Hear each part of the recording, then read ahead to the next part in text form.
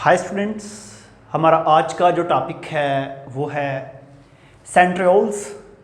तो इससे जो प्रीवियस हमारा टॉपिक था जिसका नेम था साइटोस्केलेटन।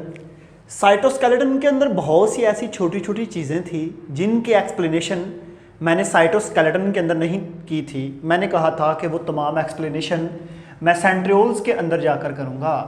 तो हम स्टार्ट करते हैं सेंट्रियोल्स को।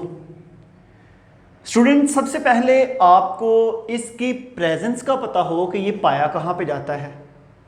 ये पाया जाता है एनिमल सेल्स, लोअर प्लांट्स और प्रोटिस्ट्स जो होते हैं उनकी बॉडी के अंदर। ये हायर प्लांट्स के अंदर नहीं पाया जाता। वो जो दो तीन टाइप्स के सेल्स ऑर्गेनिज्म के मैंने नेम लिए हैं, ये उनकी बॉडी के अंदर पाया जाता है। और ये पाया कहाँ पे जाता है? जब भी आप सेल्स को देखें, सेल के सेंटर में एक डार्क पोर्शन है जिसको हम बोलते हैं न्यूक्लियस। ये जो न्यूक्लियस है, न्यूक्लियस के बिल्कुल राइट एंगल के ऊपर, राइट एंगल जो है ये 90 एंगल का बनता है। ये 90 एंगल के ऊपर न्यूक्लियस में पाया जाता है। जब भी आप इसको देखें तो ये अमॉर्फस होता है। जब भी इस चीज को आप फोकस करना, यहां पे देखें, ये मेरे पास पेयर ऑफ सेंट्रियोल्स है और इसके बाहर कोई भी मेम्ब्रेन नहीं है।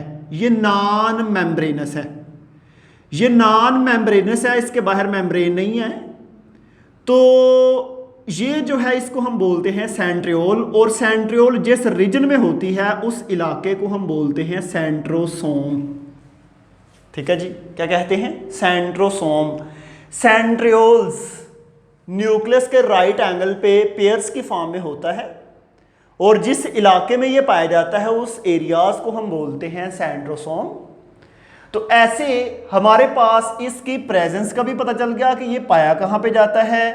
इसकी सरफेस ऑफ न्यूक्लियस के बारे में मैंने बता दिया, ये कहाँ पे पाया जाता है।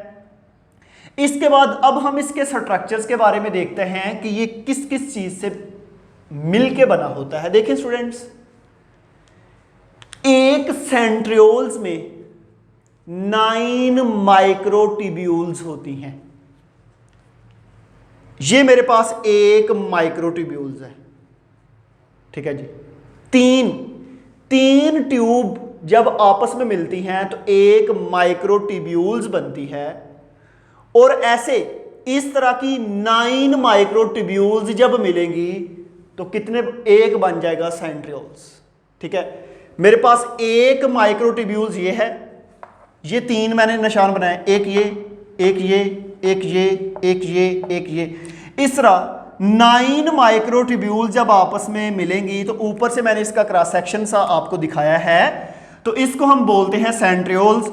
और अक्सर जो है आपकी बुक्स में भी ऐसे बनाया होगा कि मीन के ऐसे ट्यूब्स ही होंगी और वो ट्यूब आपस में अरेंज हैं, मिली हुई हैं और वो एक हॉलो साइलेंड्रिकल स्ट्रक्चर्स बना रही हैं। साइलेंडर की तरह का वो स्ट्रक्चर्स है। तो इसका फिर ये मतलब हुआ कि 3 ट्यूब मिलें तो एक माइक्रोट्यूब्यूल्स, 9 माइक्रोट्यूब्यूल्स मिलें तो एक सेंट्रियोल्स। तो अगर एमसीक्यूज में आपसे पूछूं कि एक सेंट्रियोल्स के अंदर कितनी ट्यूब्स हैं, तो आंसर 27 ट्यूब्स, 27 माइक्रोट्यूब्यूल्स 9, क्योंकि 9 माइक्रोट्यूब्यूल्स हैं। ईच माइक्रोट्यूब्यूल्स हैज 3 ट्यूब्स, तो 9 multiply by 3 is equal to 27 tubes. और इसके अलावा ये राइट एंगल पे है। और अब हम इसका फंक्शन देखते हैं, इसका मेन फंक्शन क्या है। स्टूडेंट्स, एक टॉपिक है जिसको हम बोलते हैं माइटोसिस। माइटोसिस में क्या होता है कि मेरे पास एक सेल है, जब ये सेल 2 में डिवाइड करना है ना, तो ऊपर से ये जो सेंट्रियोल्स हैं इसकी होती है कॉपी। इसकी जब कॉपी बनेगी तो कॉपी बनने के बाद ना एक pair of centriole right side पे मूव कर जाएगा, एक लेफ्ट साइड पे मूव कर जाएगा। जब ये अपोजिट साइड पे चले जाएंगे, ये मेरे पास ब्लैक कलर की मैंने बनाई है सेंट्रियोल। यहां से ये कुछ स्पाइंडल फाइबर, ये जो ग्रीन कलर के हैं इसको हम बोलते हैं स्पाइंडल फाइबर। ये स्पाइंडल फाइबर रिलीज करेंगे और सेंटर में ये जो क्रोमोसोम्स, इसको हम बोलते हैं क्रोमाटिड्स, क्रोमोसोम। ये स्पाइंडल फाइबर इसको आपस में आकर इसकी सेंट्रोमियर्स, यहां पे जो पॉइंट है जिसके ऊपर आकर अटैच होते हैं, काइनेटोकोर प्रोटीन होती है यहां पे, उसके साथ अटैच होकर इनको अपोजिट साइड पे खींचेंगे और ये काम किसका है? सेंट्रियोल्स का। इसका मतलब है सेंट्रियोल्स माइग्रेट करती है अपोजिट साइड पे और वहां पे जाके क्रोमोसोम को अपोजिट साइड पे खींच के आधे आधे क्रोमोसोम जब डिवाइड हो जाएंगे तो वो सेल 1 से 2 में डिवाइड हो जाएगा। आगे एक बहुत इंफॉर्मेशन बात बताई हुई है, फेरो फॉर्मेशन। फेरो वर्ड का मतलब होता है नाली, फॉर्मेशन मीन किसी चीज का बनना। देखिए भाई ये क्या है, अगर मैं ये सेल देखूं, अगले स्टेप पे ये सेल क्या होता है कि सेंटर से ऐसे प्रेस होता है और आहिस्ता आहिस्ता यहां पे ये ऐसे लग रहा है जैसे 2 में डिवाइड होना है। अगली स्टेज पे ये क्या करेगा, सेंटर से ऐसे बिल्कुल मिलेगा और ये सेल 2 में डिवाइड हो जाएगा, सेंटर से ऐसे मिलेगा। ठीक है जी।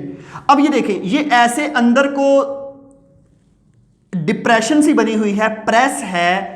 ये जो एरिया है इसको हम बोलते हैं फेरो फॉर्मेशन, नाली का बनना, नाली की तरह का स्ट्रक्चर है। ठीक है जी। ये हमारे पास नाली की तरह का स्ट्रक्चर आपको नजर आ रहा है और ये फेरो बनी हुई है, ये नाली है। ये नाली ये जो फेरो बनाई है ये भी किसने बनाई है? सेंट्रियोल्स ने।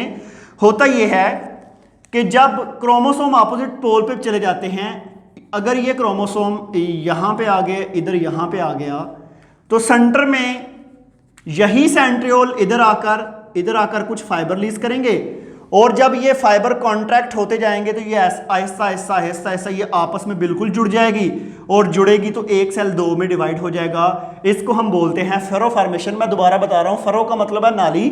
ये देखें, अगर आप अपने गली में अपने रोड पे साइडों पे देखें तो ऐसे नाली नीचे को ऐसे डिप्रेशन सा बना होता है, नीचे को वो पेनिट्रेट सी की होती है, मीन के सरफेस के बिल्कुल बराबर नहीं नाली होती, नाली हमेशा नीचे को ऐसे डेप्थ में होती है। तो ये देखें बिल्कुल यहाँ पे डेप्थ में बनी हुई है, तो इसको फेरो फॉर्मेशन।